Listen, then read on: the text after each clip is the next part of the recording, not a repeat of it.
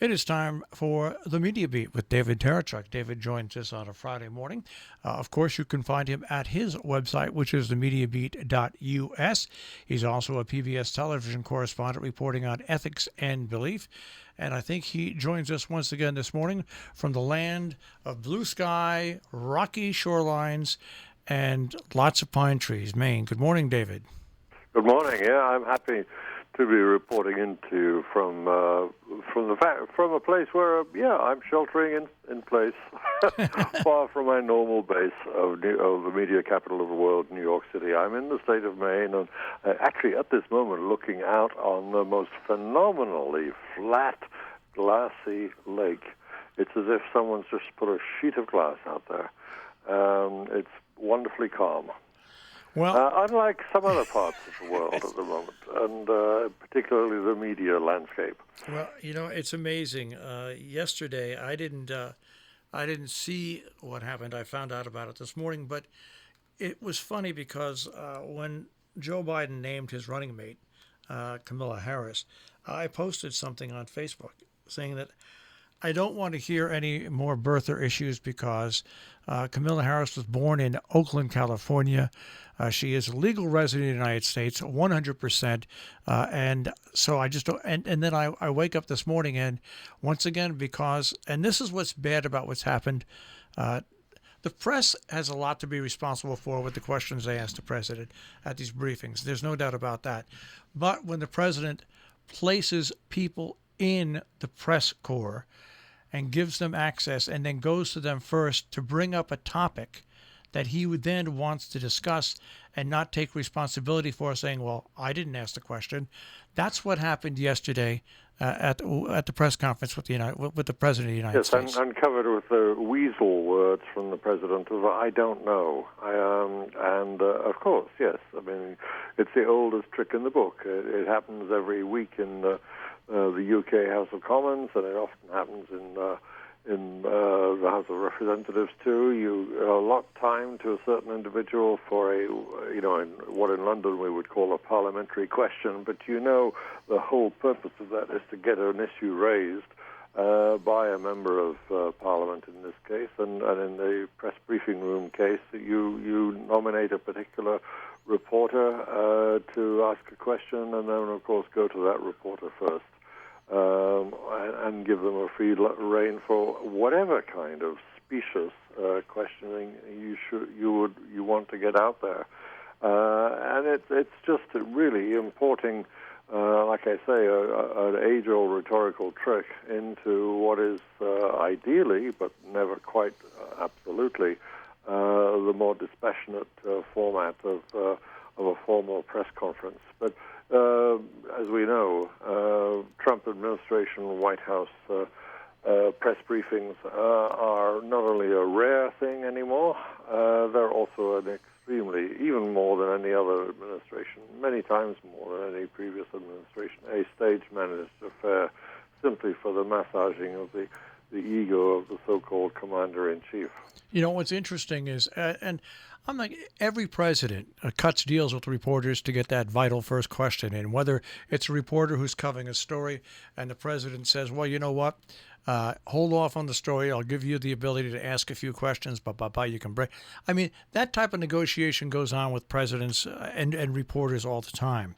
Sure. But what's also questionable in this with this administration, of course, is the kind of reporters. I mean, they're there's a whole slew of reporters from somewhat specious organizations too, and that's where that's how you're able, if you're a really malevolently intended administration, to just manage the affair as if it was a scripted event by your own media managers, which of course increasingly is what it is.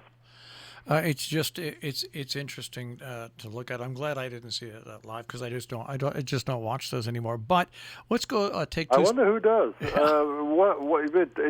think it brings up a really important matter. The fact that a lying president. The Washington Post still keeps a tab on the number of lies this president speaks, and that's a word that we would not conventionally use as objective journalists, but that's exactly what we're confronted with now: a president who utters falsehoods on a daily basis, and now into the thousands recorded since 2016. When he took, or at least January 2017, when he took office, so given that, you're going to have a press management system which is based on truth. So my response this week is to award our Find the Good and Praise It award in this slot to an organization which is just dedicated to nothing else but finding out the truth. Let's hear the fanfare for our for our Find the Good and Praise It slot. I've got to find it here. I can't find it here. Hang on a second here. Don't give up on me yet. I tell you. No, I'm never going to give up on Marshall Miles. He's a man with every button at the touch of his fingertips. Yeah, we had a new computer system upgrade, and of course with that, most of my links that I have is gone. But we're going to try this one here and see what happens here. They're off in the... No, that's not. That's not the right one. Every electoral year is counted as a horse race, so I think that's in a way quite appropriate. All right, let's see here. Let's see if I have it now.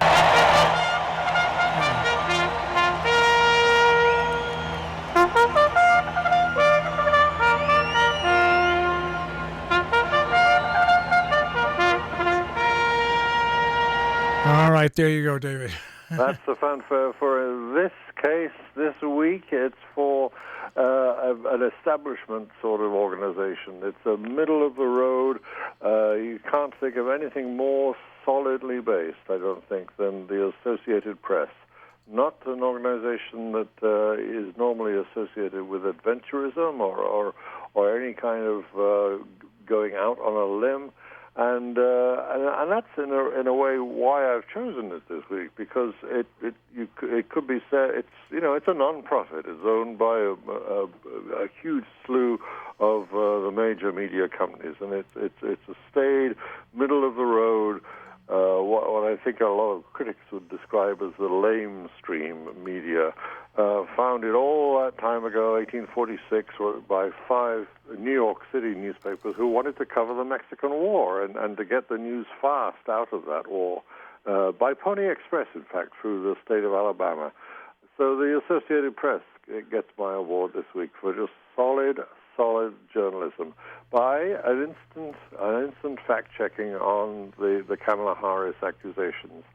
Kamala Harris is now accused of not being eligible for the second highest office in the land any more than she would be for the highest office, because she's in some way not filling the eligibility rules of the Constitution, and the Associated Press simply does what a good journalist should do. It just goes into the facts of the matter and reminds us to begin with something that I don't think anyone in that press gaggle at the White House yesterday was particularly keen to emphasize, since they tried to present it as entirely new.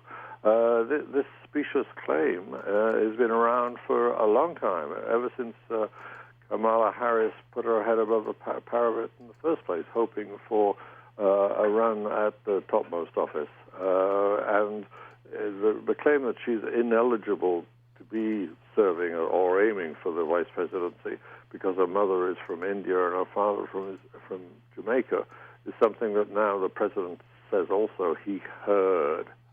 And then in that toadying kind of way, a reporter was, as you say, first to jump up and put the question to enable him to give the whole notion currency. And what the AP has done, and very thoroughly too, is just give us the facts. the way that the AP should do. It produces 2,000 stories a day. And in this case, it's the main story, as it should be, because it puts into context, once more, the fact that we have a commander-in-chief who can just lie to the nation with apparent impunity. But no, he doesn't escape fact-checking. And what's clear from the AP piece is that the facts are the facts. She was born on U.S. soil. She's a natural-born U.S. citizen, as the Constitution says, under the 14th Amendment, and she is eligible to serve as either the vice president or the president. It's one of those. There's no serious dispute in the legal community around the idea that somebody born in the United States can serve as a president. It's as simple as that. It's just the vice president is just like the president. She has to be a natural-born citizen, at least 35 years old, and a resident of the United States for at least 14 years. Kamala Harris is. That's the end of the story. And to get that from the AP as swiftly as it did and as completely as it did. Oh, and by the way, just wanted to know that it has the birth certificate for Kamala Harris. It really was in Oakland. It really was on October 20th, 1964, and that's the end of the matter. It won't be, of course. The toadying that goes on around the president will still continue and will still try to ventilate this issue. But as a friend and colleague of mine was saying last night, Kamala Harris is the kind of person who will get out in front of this and bat it away. And any journalist worth their salt is going to find ways of repeating and solidifying the important piece of fact-checking that the AP has put forward to us today. A very fine and substantial piece of work that, once again, we have to say thank you to the AP for. It's it's just you sit here and it's basic learning in high school. Exactly what you said about Kamala Harris and being born, and she's a natural-born citizen and meets everything. But it goes beyond that. What goes on beyond that, and what's the scariest part is this group QAnon now, which has infiltrated the press. It has infiltrated the House of Representatives. It has infiltrated other countries, and they're wild. There appear to be at least 20 members of this extraordinary conspiracy theory enthusiast group going for seats in Congress, and one secured a nomination already in Georgia, and we're bound to see more of it, of course. It's just amazing to look at. All right, well, we'll move on from that to the actual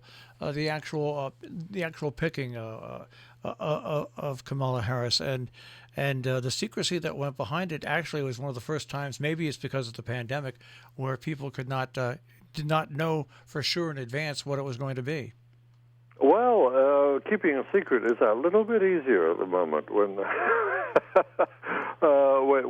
smoke-filled huddles in smoke-filled rooms are not the way that the business is conducted. I mean, we're actually in a situation where journalists are, for once, at a distinct disadvantage in the decision-making process, because provided you're not, your venue or your avenue of communication is not infiltrated technologically. No one in the Biden circle, as far as we can tell, is they're Zooming with each other in small groups of little squares on the screen.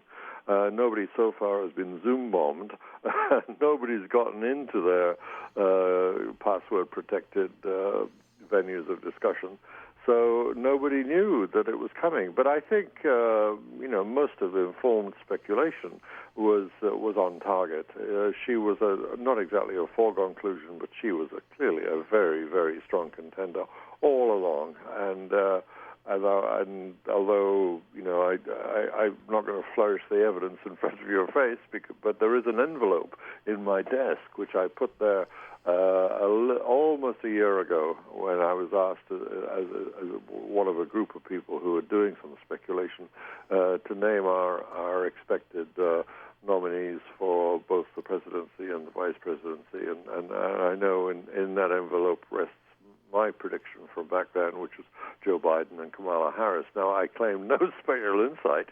It's just it's a pairing which makes total sense. And in fact, with the pandemic and with the upsurge of demands for racial equity and an end to police violence against minority communities, it's an even more fitting choice than it would have been otherwise.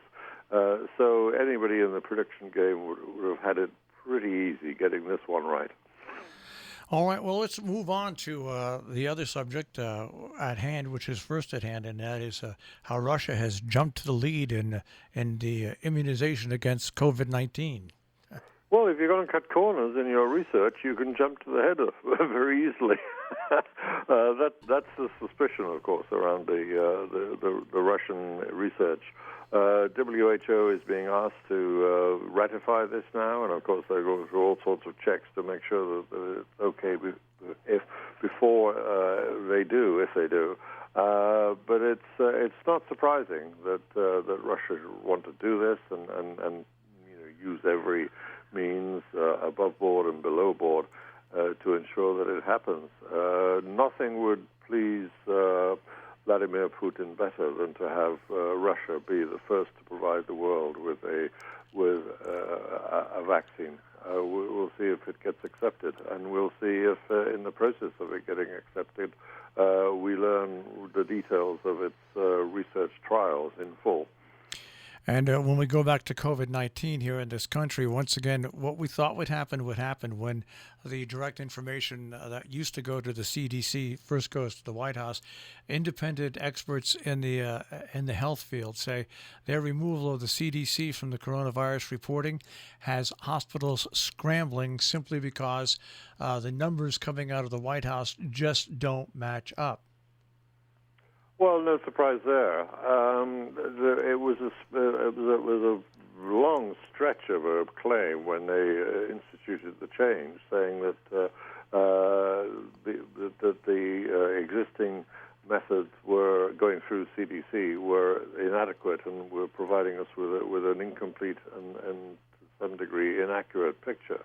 And to think that this White House, of all places, would be able to do a better job was always going to be a stretch, and you're right. We've ended up with an even more confused situation than we would have had before. And is that any surprise to anyone who knows how this administration works? Of course not. But it's almost as if the plague of disregard for actual truth is managed to permeate even those corridors of power and information that are supposed to value accuracy. You couldn't require a more demanding set of questions to be asked and answers to be given accurately than the tabulation of the progress of a disease. And yet this administration is prepared to tolerate inaccuracies, vagueness, and downright truth manipulation and lies when it comes down to it. In fact. All right, we're speaking with David Tereshchuk. Of course, it is the Media Beat here on Robin Hood Radio, and you can hear David's Media Beat every Friday and also rebroadcast on the weekend and on the following Monday during our 12 noon news. Well, pushing all this aside, I do have to kind of snicker a little bit, and because I remember the likes of Shirley Chisholm and other people, but Kamala Harris is not the first black woman to run for vice president. Well, no, that's true, and she's what she does have in her favor, though, every politician wants to be able to gather firsts against their name. She's the first Indian American to be on a ticket. She's the first person of color from that particular minority subset. And in a way, she's to some people's eyes, a kind of dream candidate, because on both sides of her family, she's from people of color. She's also the child of immigrants who came here because, as she put it very affectingly, I think, that they both came to the United States in pursuit of a superior education, and then this is a time, when we can put our hands on our hearts and say America was in the lead internationally, and that role as an educational beacon to the world is something that we did have a complete right in expecting America to provide, and America did provide it. But they came, these two parents of Kamala Harris, they came to this country in search of a great education and got it. One as an economist, one as a cancer researcher.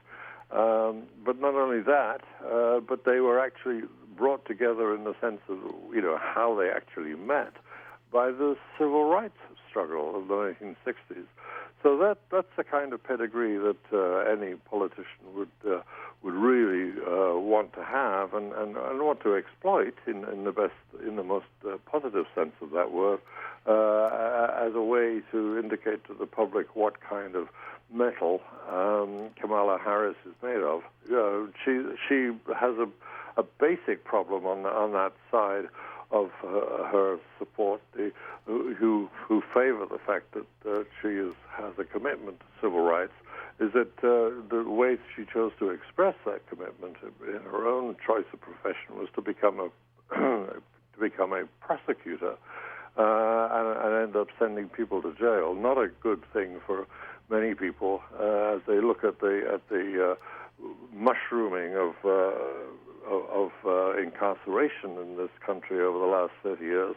But if she can manage to yoke those two ideas together of being both a prosecutor and progressive at the same time, that label, the progressive prosecutor, might be something that she will use to advantage. It's a dicey path to walk, of course, and there are many people who have problems with her track record as district attorney in San Francisco and as state attorney for California as a whole. But if she can hold it together and stress the positive sides of her commitment to civil rights, doing as she said she wanted to do, change the system from the inside as a prosecutor, then she's going to have a very strong message to deliver. If she wobbles on that, then I think she'll be exposed as being not able to walk that tightrope. Well, one final question for you, and to me, the minute I heard this, I said to myself, boy, there's some sort of backroom deal going somewhere, and that is the UAE and Israel striking a diplomatic deal, which was announced by the president. Oh, sure. The president is claiming credit for this too, and wants to slot it into his vision for the Middle East as laid out by the first son-in-law. The son-in-law also rises, they used to say in Hollywood. Well, he may be. There's another agreement in the Middle East arena. But, of course, the UAE, the Emirates, have been talking to Israel for a long time now. The president's so-called initiative in the Middle East has provided a hook to hang this development on now, but that's all. UAE have been talking to Israel for a long time, just in the same way that even the Kingdom of Saudi Arabia has been under the table, keeping talks going with Israel too, and all sorts of agreements are going on.